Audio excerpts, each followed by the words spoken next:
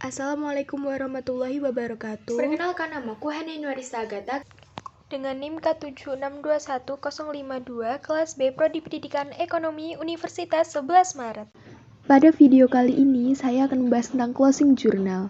Jurnal penutup atau closing entries adalah jurnal yang dibuat pada akhir periode akuntansi untuk mentransfer akun sementara ke akun permanen. Jadi, jurnal penutup ini digunakan untuk menutup akun-akun perantara, seperti akun penjualan, retur penjualan, potongan penjualan, pembelian, retur pembelian, potongan pembelian, pendapatan, beban, dan brief.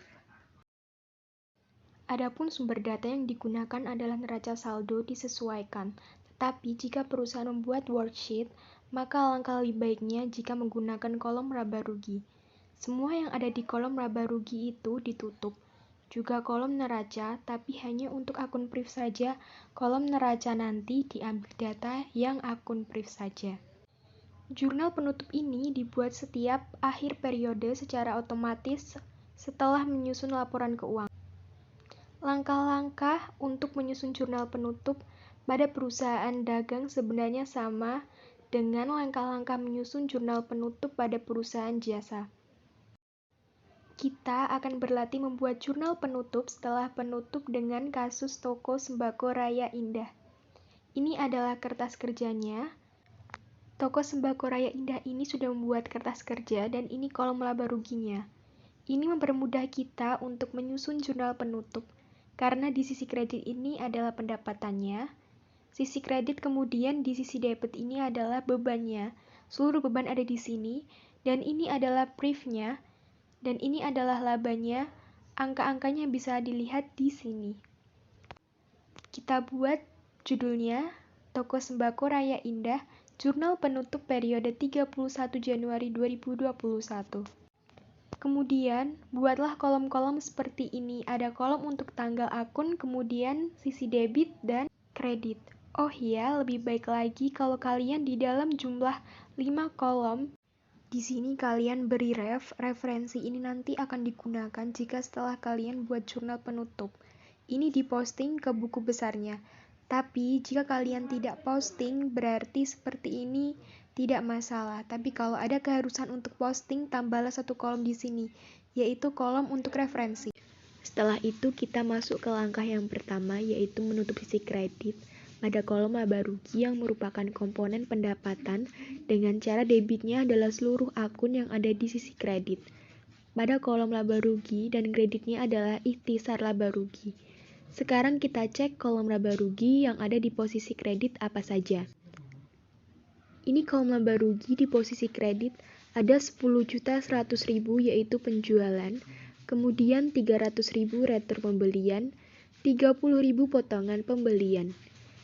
Kita pindahkan ke sini tanggal 31 Januari 2021. Kita tulis tadi ya yang di posisi kredit. Kita pindahkan ke debit ada penjualan sebesar 10.100.000. Kemudian retur pembelian sebesar 300.000, kemudian potongan pembelian sebesar 30.000, dan sisi kreditnya adalah ikhtisar laba rugi. Sebesar berapa? Penjumlahan dari 10.100.000 ditambah 300.000 ditambah 30.000. Kita jumlahkan, taruh di sisi kredit sebesar 10.430.000. Nah, ini adalah cara untuk menutup pendapatan.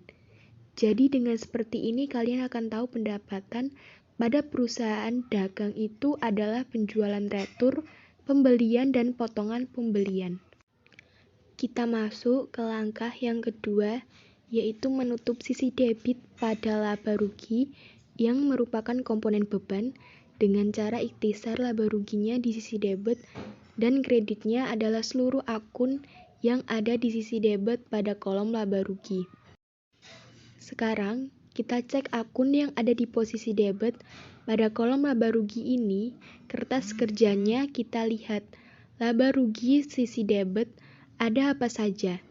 Yang pertama ada 200.000 ini adalah retur penjualan. 160.000 ada potongan penjualan. 5.200.000 ini adalah pembelian. 100.000 beban sewa.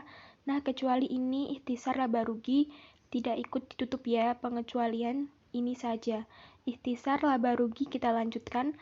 Ada 2 juta beban gaji, kemudian 500.000 beban perlengkapan, 600.000 beban penyusutan peralatan, kemudian 100.000 beban asuransi. Nah, yang saya sebutkan tadi kecuali ikhtisar laba rugi ini kita pindahkan di posisi kredit. Untuk membuat jurnal penutup, kita tulis tanggalnya dulu, retul penjualan sebesar 200.000, potongan penjualan sebesar 160.000, pembelian sebesar 5 juta, 200.000, beban sewa sebesar 100.000, beban gaji sebesar 2 juta, beban perlengkapan sebesar 500.000, beban penyusutan peralatan sebesar 600.000, dan terakhir beban asuransi sebesar 100.000.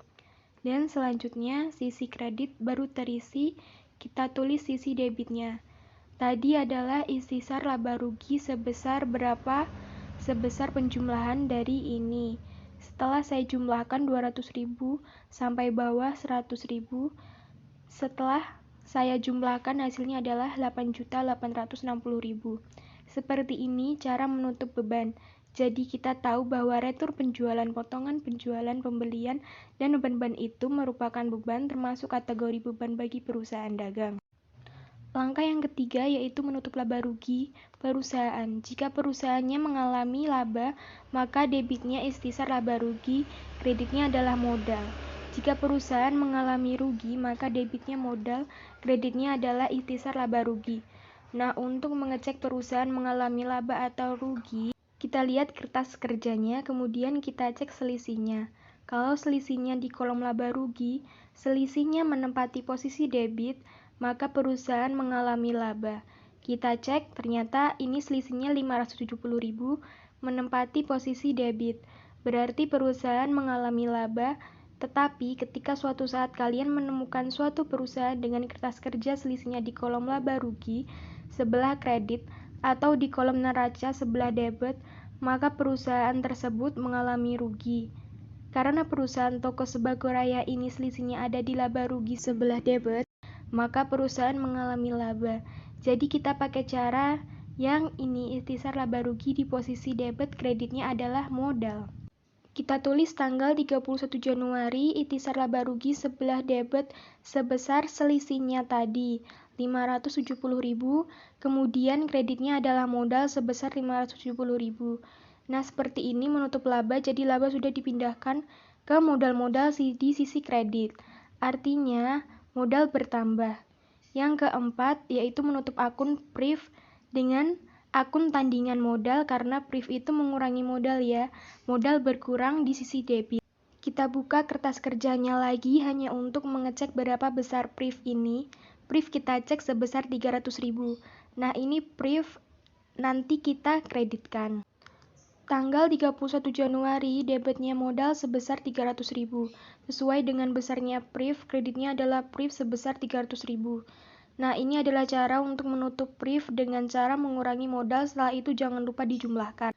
Setelah saya jumlahkan, tadi di sisi debit jumlahnya 20.160.000 dan di sisi kredit jumlahnya juga 20.160.000. Harus sama antara sisi debit dan kredit. Jadi bentuk jurnal penutupnya seperti ini.